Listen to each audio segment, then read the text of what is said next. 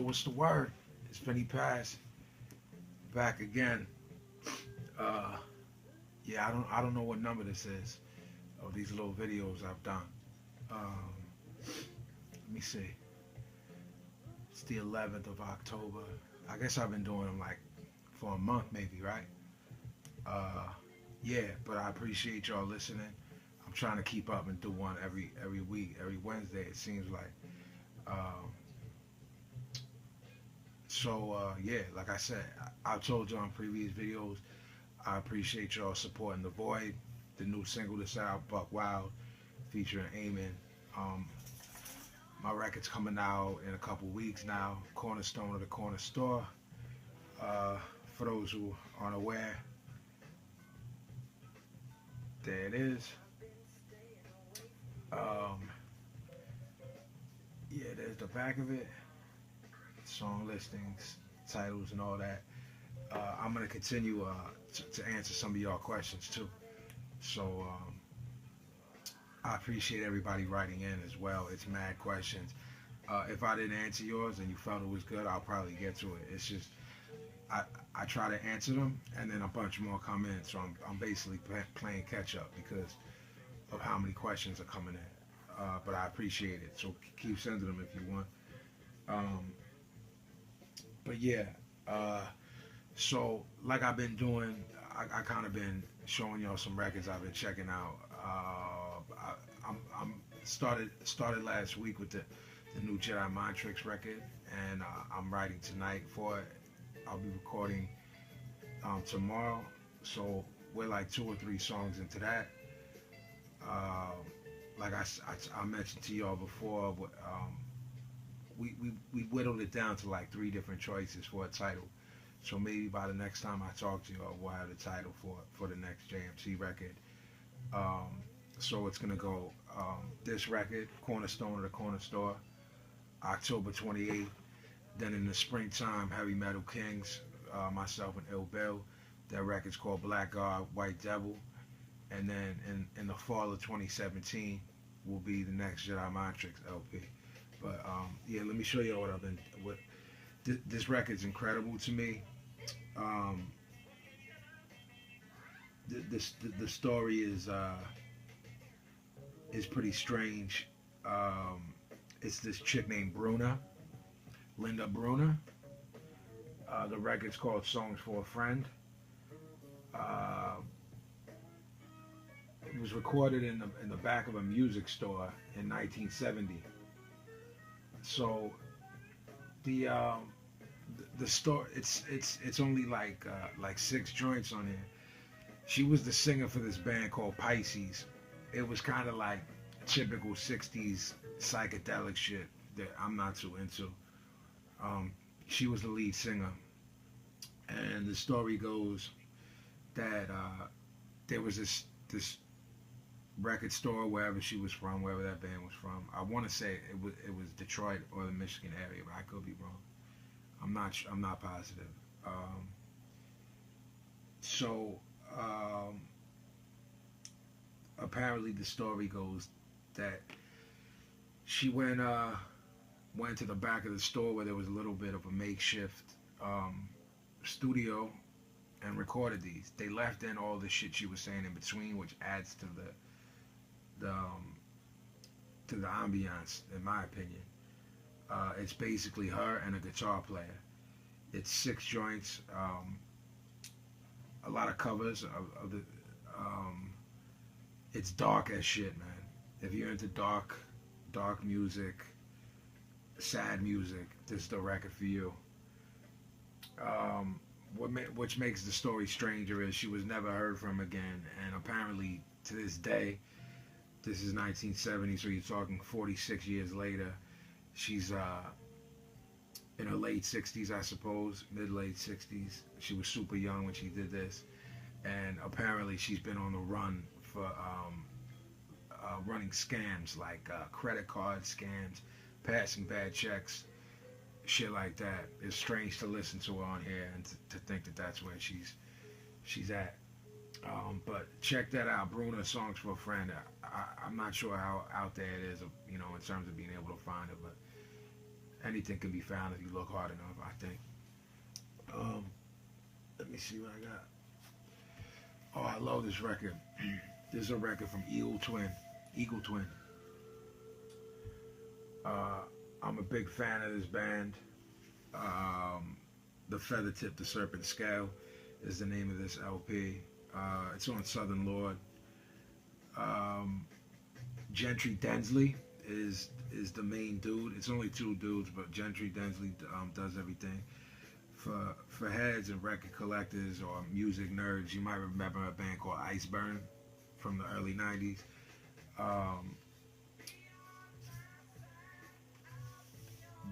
Gentry was in that band. I actually saw them live in Philly a few times in the early 90s. But this record's really dope. It's, again, super dark, slow. Doom metal was very slow and dark. This is darker and slower. So if you're into that type of thing, check that out. On the hip hop tip, it's funny looking at $9.99 on an LP. This is Al Tariq from the Beatnuts, formerly known as Fashion, from the Beatnuts. A record called God Connections. This was on a label called Correct Records, and it folded. So my guess is that they didn't get the push that it deserved. This came out in '96, I think. Beatnuts produced a good majority of it, along with Vic.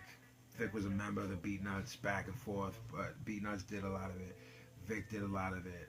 No ID, who is immensely popular now and working with Kanye and Nas and people like that, did some stuff on here. But yeah, it's primarily the Beatnuts and Grandmaster Vic on the production. I always thought Al Tariq was dope. This record, again, like I said, it got slept on for a variety of reasons, but I think mostly because Correct Records folded. So you know, there wasn't much money behind it. Like I said, $9.99 for LP. Those days are long gone, huh? It's like $20, $25, $30 for a double LP. But yeah, Armand's used to be the spot. This is one of my favorite newer bands, Violent Reaction out of the UK. This is old school, hard, proper UK hardcore. If that's your thing, cop it. If it's not, don't waste your time.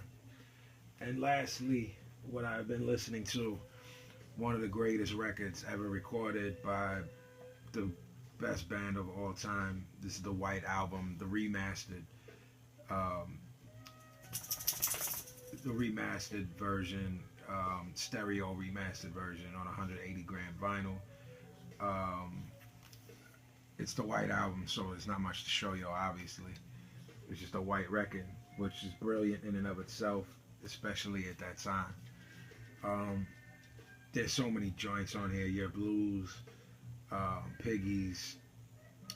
You know, you add another dimension to the record when you think about the fact how heavily influenced Charles Manson was by this record, and basically thought the Beatles were talking to him through this record. The specific songs that he thought was obviously Helter Skelter, they wrote it on the wall at the Tate LaBianca murders. Piggy, same thing, they wrote Pigs in Blood on the walls there. But there's Revolution 9, brilliant songs on this record. Happiness is a Warm Gun. What's up, Edgar? Y'all know my man Edgar. He got the pump. He's ready for Halloween. He got the pumpkin outfit on. You know what I'm saying? Peep game. Right, he ready for Halloween, right? You being a good boy? Alright, you can go relax back here. So yeah, that's what I've been listening to tonight. But I'll try to answer some questions. So this is from a gentleman named Michael Cobbs. He asked a lot of questions, but they're not too difficult to answer. So they're not too difficult to answer. So I'll try to just rip through them real quick. What restaurant is the best Philly cheesesteaks in Philadelphia? Off the rip, I gotta I gotta correct the Philly cheesesteaks. We don't call them Philly cheesesteaks. We're in Philly. It's just a cheesesteak. There's no Atlanta cheesesteak. There's no, it's I'm trying to figure out how to describe when people say that, like, yo, where can I get the best Philly? It irks people from Philly. I don't mean that in a disrespectful way, but it's from here, so it's a Philly cheesesteak. You know what I'm saying? So it's a cheesesteak. My favorite cheesesteak in Philadelphia, all of Philadelphia, is Cosme's Deli, South Philly, 8th and Dickinson. Uh, they're incredible. That's my favorite spot. There's other good spots though. The touristy spots is where people go. They also make it mad convenient for you because they're open all hours. And certain spots like Cosme's or Steve Prince's Steaks, they're not like that. They're not open all hours. So Pat's and Geno's gets a lot of burn because of their hours. But Phillips is 24/7. Phillips is on 23rd and Pat's Young. Phillips is pretty good, and they're open all the time. So if if you're looking for some late night shit to soak up the alcohol, Phillips is official. Um, what's the name of the best Italian restaurant you ate at? The food in Italy is obviously the most authentic and the best, but I'd be lying if I said that I remembered the names when I was there. I would be lying. Um, so the food in Italy is the most superb Italian food, logically, obviously. My favorite Italian spot in Philly.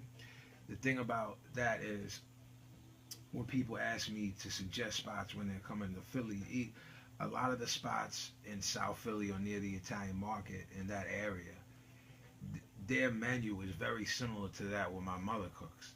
So I wouldn't go there because my mother cooks that and cooks it better, in my opinion. So because you have different styles different styles of region of cooking in different regions of Italy, you know what I'm saying? Whether it's southern Italy, northern Italy, um, Sicily, the island. Um, there's a lot of very different styles of cooking. So there's a spot in Philly. There's it's one is in Old City in Philly, and there's one in the suburbs, and it's called Spasso. Spasso is my favorite restaurant to go out to because they make dishes that Mom's doesn't make. So, but there's nothing better than Mom's. What are your top 5, 10 favorite books to read? That would be hard. I don't read much nonfiction. I mean, I don't read much fiction. I read predominantly nonfiction. Howard Zinn is probably my favorite nonfiction writer ever. His books changed my life. But as far as fiction is concerned, I worship at the altar of J.D. Salinger and Bukowski. Um, in terms of fiction, there's pretty much just a non-stop rotation of them since I've been like 13 or 14 of Bukowski and Salinger.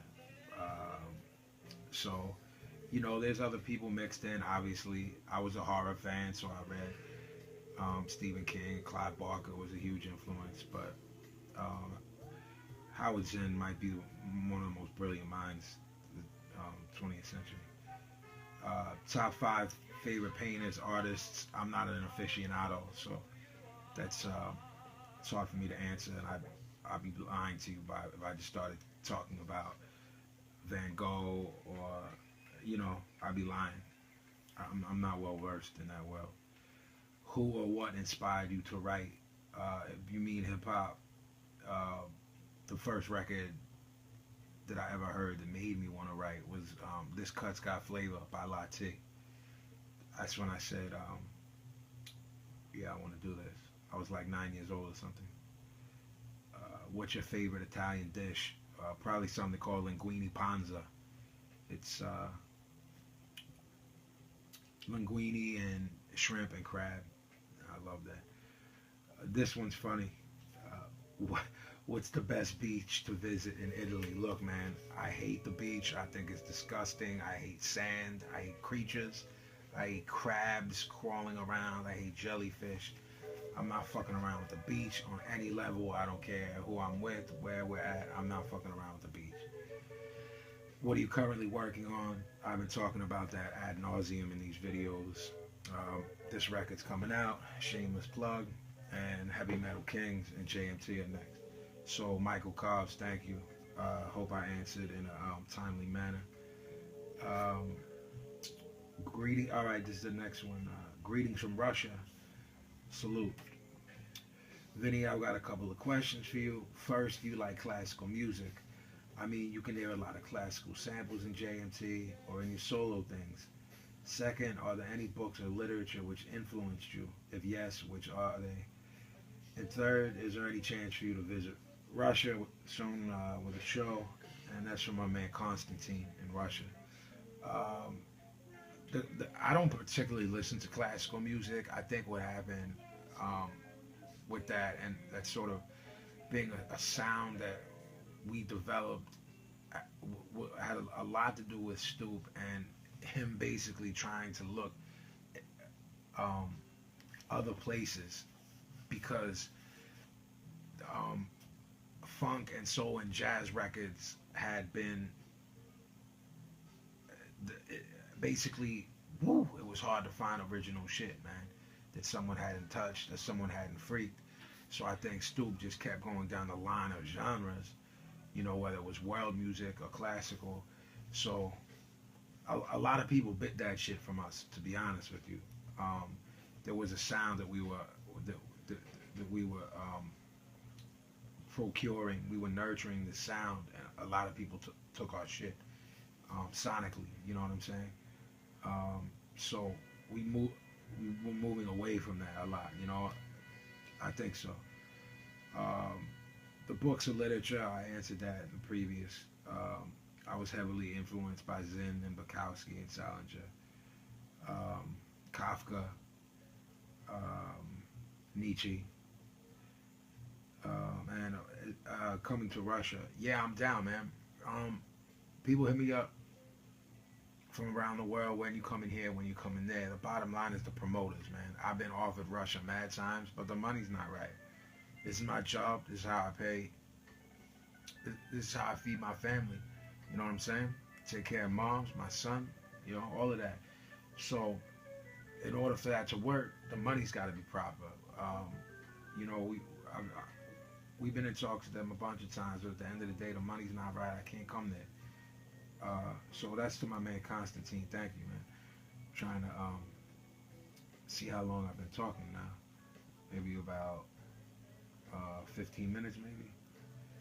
All right, I like this. I like when people want to talk boxing, but I know some of y'all might not like it. But all right, so there's a few questions in here, so I guess I'll just read it all the way through and then go back in order. Do you think Tevin Farmer has the skills to bang with the guys heading his division? What are your thoughts on Keith Thurman's statements that he'd rather fight on public cable rather than sell pay-per-view tickets? And lastly, can you build with the people on your dedication to knowledge and culture?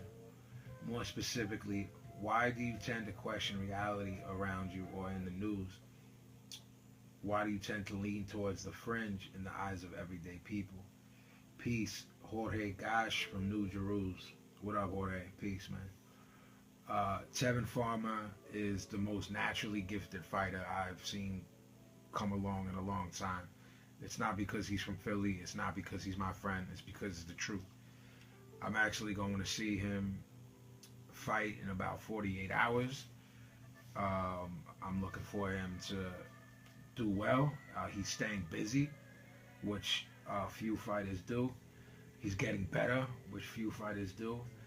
I mean, you're talking about if you're floating in 126, he fought at 135. You talk about 126, 130, 135. It's a lot of animals in there. You know what I'm saying? Really good guys. Tevin can fight anywhere in there, in those three divisions, which is even better for him because people are ducking him, so it ups his chances of getting a bigger fight. You know what I'm saying?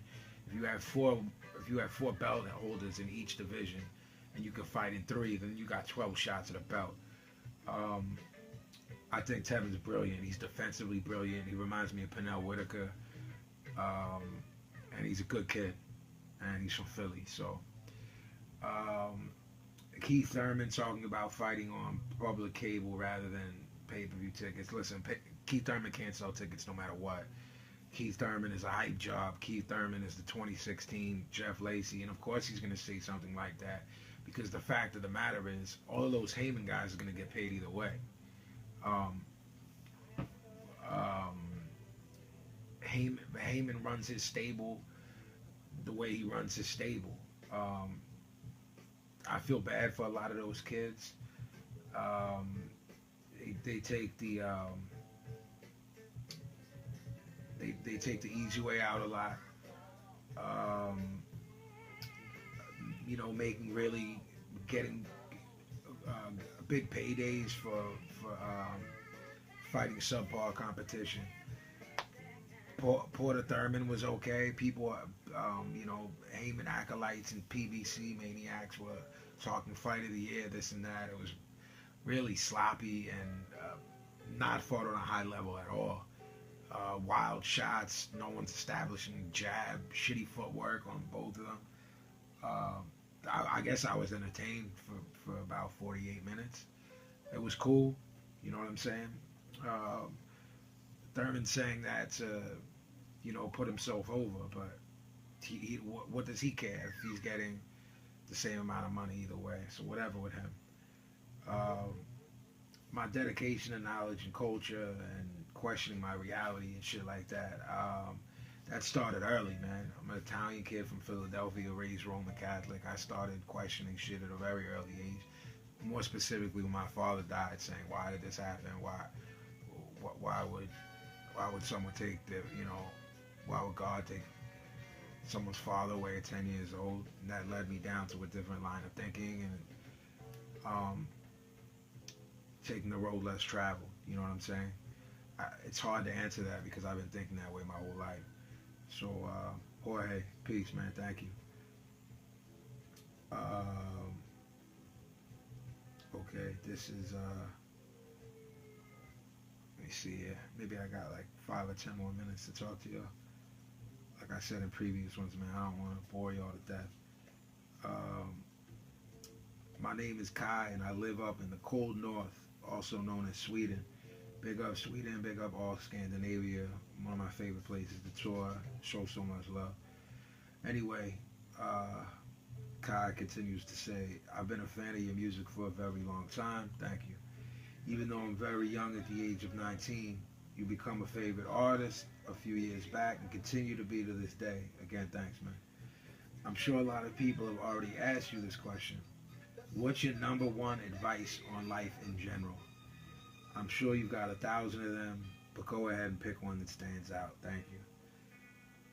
The thing that stands out to me, man, and this is something I deal with on a regular, and this trickles down from my mother and how she raised me. But I see a lot of people in the entertainment industry. For me, I see it with rappers, musicians, from all walks of life, all levels of success, and that is them being condescending to people that they don't feel are on their level. When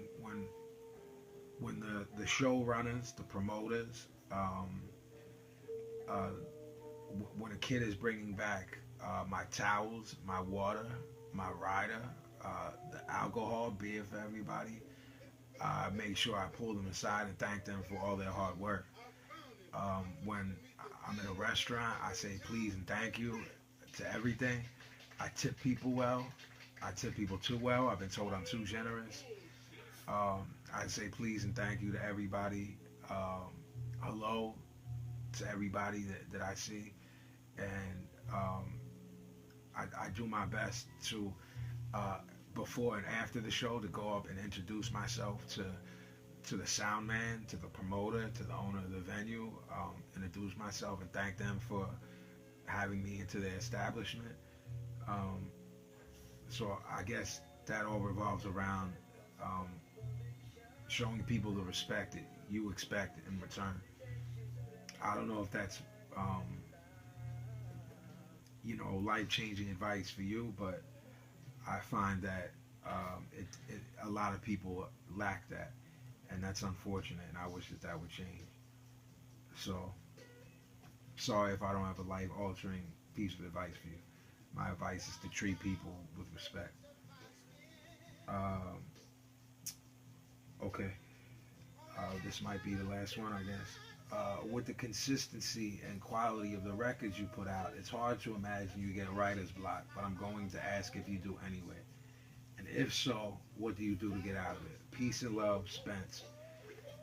Yo, I get writer's block more than anyone I know. Ill Bill once told me that he never gets writer's block. So, Bill, I'm mad at you about that, man.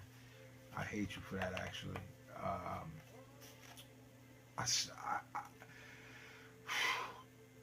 I deal with it a lot, man. I'm writing tonight. My rhyme book is behind me. I just get stuck. I sit there hours and hours stuck. Then some shit will come, then I'll be stuck. For me personally, I haven't figured out a way to break writer's block. I find that the only way I can even continue or to continue to write that night is to fucking stand up, walk away from my desk, you know, get some water, clear my head, maybe go out front, look at the traffic,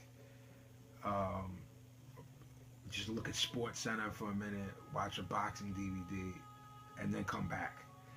But in terms of being, I get stuck a lot, man. I'm just a hard worker, so it seems like I appreciate you saying, about the quality of the records. That means a lot, so thank you for the compliment. That's not my job to decide whether I'm good or not. That's for y'all to decide. But in terms of how I get through it, it's just work ethic. I'm working 7 days a week. I'm in the studio every week. I'm working on music, whether from an actual music perspective or from the business side of things, or t-shirt design or album cover artwork, all of that, 365.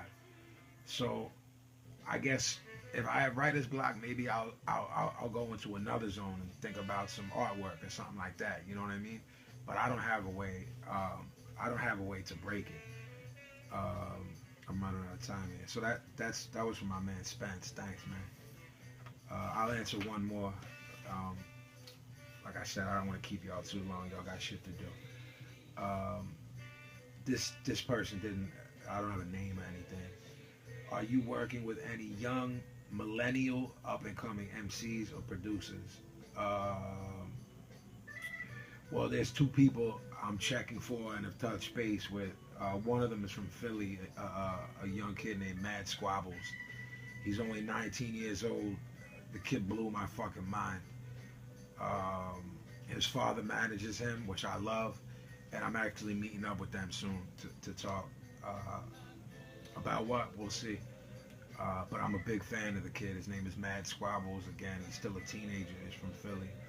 And another kid, DJ Clips, put me up on. I don't know how old he is. He could be 20.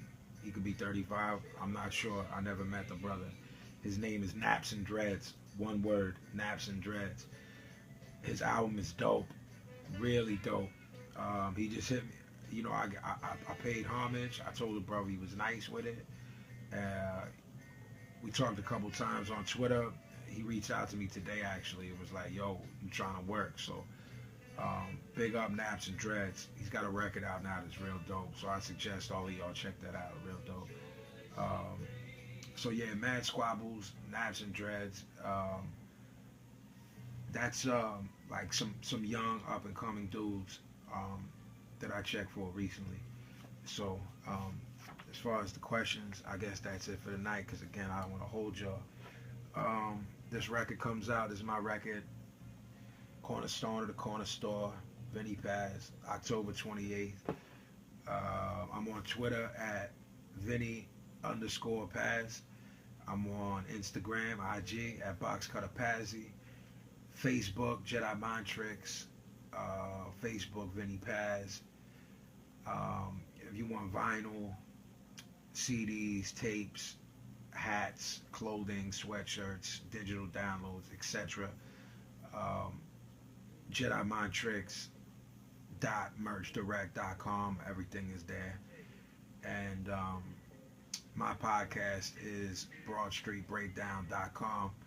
It's just me and three of my oldest friends talking shit and busting balls on some Philly East Coast shit. We talk about music, pop culture, everything really. So yeah, God bless. Thank you for listening to me rant. Keep the questions coming in. You can write questions to info@jmthiphop.com, and in the subject line put questions for Paz. So that's it for this week. I'll talk to y'all next week. For my man Edgar, I'm Vinnie Paz. I'll talk to y'all soon.